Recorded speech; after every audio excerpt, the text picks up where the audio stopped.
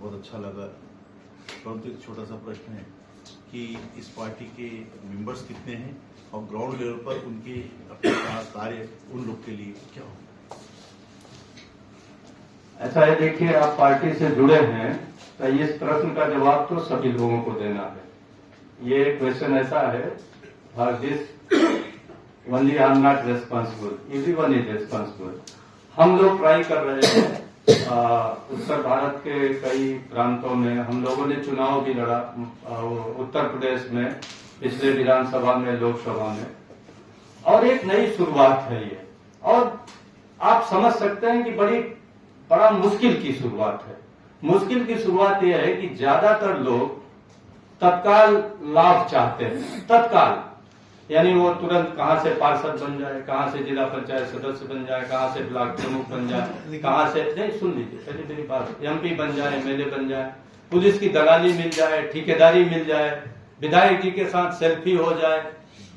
तो ज्यादातर लोग इस प्रवृत्ति के हैं। एक नया शुरुआत हुई है और इस नई शुरुआत में हम लोग बिहार में, अभी हरियाणा में, दिल्ली में, आपका उत्तर प्रदेश में काफी काम किए।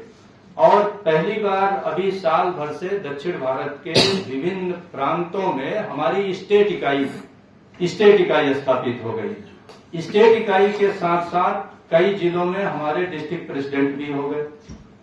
और अभी मंजुनाथ दीक्षित जी ने काफी कर्नाटक में काम किया और इनके प्रदेश अध्यक्ष जी ने, तो इनके यहाँ लगभग 60% जिलों में जिला इकाई भी गठित हो गई है।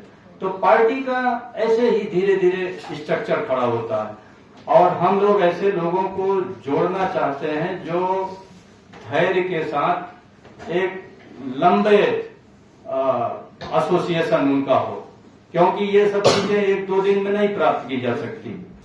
इसके लिए धैर्य चाहिए। और आप एक नई शुरुआत कर रहे हैं, यहाँ तमाम रीजनल पार्टीज भी हैं।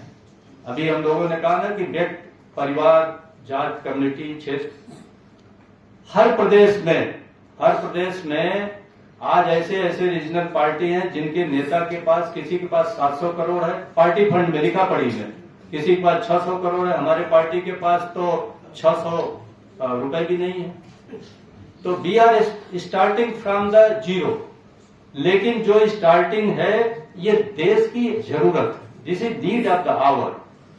और जो एक पॉलिटिकल शून्यता है पूरे देश में, अभी हमने प्रश्न किया था क्या पूरे देश में एक कोई लोकतांत्रिक पार्टी है जो truly be the people of India को रिप्रेजेंट करे, और जो फ्रीडम हमारे फाइटर्स चाहते थे कि हम एक ऐसा देश बनाएं। ये देश सिर्फ हिंदुओं का नहीं है, इस देश में जैन, बौद्ध, सिख, ईसाई, रामदसिया, कबीरपंथी तमाम लोग रहते हैं। और ऐसे लोग भी रहते हैं जो आस्तिक हैं और ऐसे लोग भी रहते हैं जो नास्तिक भी हैं। तो सबसे मिलकर के देश बनता है, भले मुट्ठी भर लोग हों। लेकिन आज इस देश में क्या ट्रूली आप देख रहे हैं कि इस टाइप का माहौल बने? सबको शिक्षा चाहिए। भाई जो दिल्ली में या जो नागपुर के शहर में शिक्षा मिल रही है, वही नागपुर के एक रिमोट एरिया में क्यों नहीं मिलना चाहिए? भाई मिलना चाहिए, हर आदमी को अवसर मिलना चाहिए। अवसर की समानता ही लोकतंत्र है और पॉलिटिकल पार्टीज में कहीं अवसर की समानता नहीं है। तो हम लोग एक नई शुरुआत किए हैं और इसको सबको समझा पाना मुश्किल है, क्योंकि अभी से इसी में से तमाम लोग जाएंगे तो उनके विधायक जी से संबंध होंगे। तमाम लोग ऐसे हैं जो सोशल मूवमेंट चला रहे हैं, जागरूकता फैला रहे हैं। तो सुबह जो है वो शरद पवार की पार्टी के साथ, दोपहर को कांग्रेस के साथ, शाम को शिवसेना के साथ। तो एक कठिन रास्ता है, लेकिन कहीं न कहीं से शुरुआत करनी पड़ेगी। अगर ये डेमोक्रेटिक कॉन्स्टिट्यूशन है और डेमोक्रेटिक कंट्री है और लोकतंत्र स्थापित हो गया है, अब राजवंश स्थापित नहीं होना है। ये जो राजवंश स्थापित कर रहे हैं ना राजनीति में, ये गलतफहमी में है, ये बहुत दिन तक नहीं चलेगा। ये एक समय था हमारे यहाँ, बसपा का मैं उदाहरण बताऊं, एक सिंपल सा उदाहरण बताऊं। 84 में काशीराम साहब ने स्थापना की, बात की मैं बहुजन समाज की पार्टी बना रहा हूं। एक पॉलिटिकल राजनीतिक शून्यता थी, पार्टी बहुत तेजी से बढ़ी, लेकिन काशीराम साहब 84 से 2002 तक राष्ट्रीय अध्यक्ष रहे। 2002 के बाद मायावती है, इसके बाद अपने भतीजे को प्लान कर रहे हैं। आज उत्तर प्रदेश में जहां वो 4 बार मुख्यमंत्री रही, मात्र एक विधायक है, वो भी अपने बलबूते, पार्टी के उस पर नहीं है। ऐसे सभी देख लीजिए। शरद पवार जी एक पार्टी बनाए, ठीक, और खानदानी पार्टी बनाए। भतीजे को जब लगा कि ये तो अपने बेटी को कमान देने जा रहे हैं, भतीजे ने विद्रोह कर दिया कि नहीं। शिवसेना में पहले भतीजे ने विद्रोह किया, मनसा बनाया, फिर चेले ने विद्रोह कर दिया, शिंदे ने। अब आगे विद्रोह होते जाएंगे। तो हम लोग पद नहीं छोड़ना चाहते। ये जो बड़ी बड़ी बातें करते हैं, इनका लोकतंत्र में यकीन नहीं है। ये व्यर्थ चिल्ला रहे हैं कि लोकतंत्र खतरे में, लोकतंत्र खतरे में। भाई लोकतंत्र सबसे ज्यादा आपके पार्टी संगठन में खतरे में है ना, आपके आचरण में खतरे में। हमारे यहाँ मुलायम सिंह जी रहे, अखिलेश है।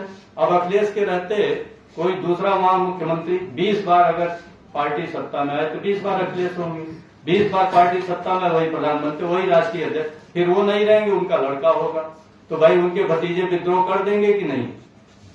बाकी जातियां क्यों उनके साथ रहेगी। इसी के कारण एक कठिन रास्ता हम लोगों ने चुना है, और ये कठिन रास्ते की शुरुआत है। हाँ? और इस शुरुआत में अभी हम लोगों का स्तर राष्ट्रीय स्तर पर, प्रदेश स्तर पर, कुछ जगहों पर जिले स्तर पर चल रहा है। अच्छे लोगों को जोड़ा जा रहा है, वैचारिक लोगों को, समझदार लोगों को, जो धैर्य के साथ लंबा रास्ता तय करने को तैयार है। क्योंकि ये कठिन मार्ग है, इसमें पैसेंस चाहिए, हाँ, और त्याग चाहिए। भाई यहाँ 3 साल बाद राष्ट्रीय अध्यक्ष का पद आदमी प्रेम से छोड़ दे, बहुत बड़ी चीज है, बहुत बड़ी चीज है। जी हैं? तमिलनाडु में डीएमके बड़ी बड़ी विचारधारा की बात करते हैं। लोकतंत्र से बड़ी कोई विचारधारा इस देश में नहीं। यानी लोकतंत्र से, अगर डेमोक्रेसी से बड़ी कोई आइडियोलॉजी इस देश में है क्या भाई? अगर आज डेमोक्रेसी न होती तो क्या ये पार्टियां बनती, हम आप यहां बैठे होते क्या? तो डेमोक्रेसी एक छतरी है, एक सुपर स्ट्रक्चर है। उसी सुपर स्ट्रक्चर के नीचे सारी बातें विकसित हो सकती है। अब वहां पेरियार साहब की विचारधारा, द्रविड़ियन विचारधारा, लेकिन उसका कहां तक रहा? सिर्फ तमिलनाडु, पूरे देश स्तर की नहीं बन पाई ना। और अगर डीएमके में ही वो डेमोक्रेटाइज किए होते कि भाई कहीं उत्तर भारत से भी होता, कभी महाराष्ट्र से होता, कभी मेघालय से होता, कभी इस रिलीजन का होता, कभी उस रिलीजन का होता, ठीक है। आपकी एक आइडियोलॉजी है कि आप इग्लिटेरियन विचारधारा को बढ़ाएंगे, समतावादी विचारधारा को। तो समतावादी विचारधारा वाले बहुत लोग हैं ना देश में, हर कोने में है, हर समाज में है, हर तमाम रिलीजन है जो सिर्फ एग्लिटेरियन आइडियोलॉजी पर आधारित है, लेकिन नहीं बढ़ा। काशीराम का मूवमेंट आज दम तोड़ दिया, समाजवाद का दम तोड़ दिया। राम मनोहर लोहिया का नाम सुने होंगे। उत्तर भारत में इन्होंने वंशवाद, परिवारवाद के विरुद्ध ही समाजवादी आंदोलन शुरू किया। आज उनके जितने समाजवादी चेले हैं, चाहे लालू यादव हो, चाहे मुलायम का परिवार हो, सभी वंशवाद और परिवारवाद में राजनीति कर रहे हैं। तो कैसे कर लेंगे भाई आप राजनीति? एक छोटी सी बात आपको नहीं समझ में आ रही है कि अगर आप आजीवन राष्ट्रीय अध्यक्ष रहेंगे, आप अपने परिवार को बढ़ाएंगे, अपने जात को बढ़ाएंगे, तो आपका भतीजा विद्रोह कर देगा। जब भतीजे विद्रोह कर दे रहा है तो बाकी कास्ट कम्युनिटी से आप कैसे उम्मीद करते हैं?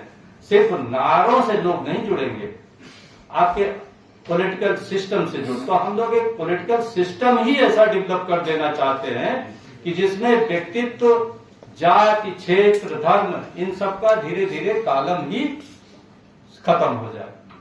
तो मैं समझता हूं कि आपके उत्तर मिल गया होगा। ये सहमत है। हाँ, शुरुआत है। सहमत हूँ, लेकिन मेरे बोलने से कुछ बातें लोगों तक पहुंची। ठीक।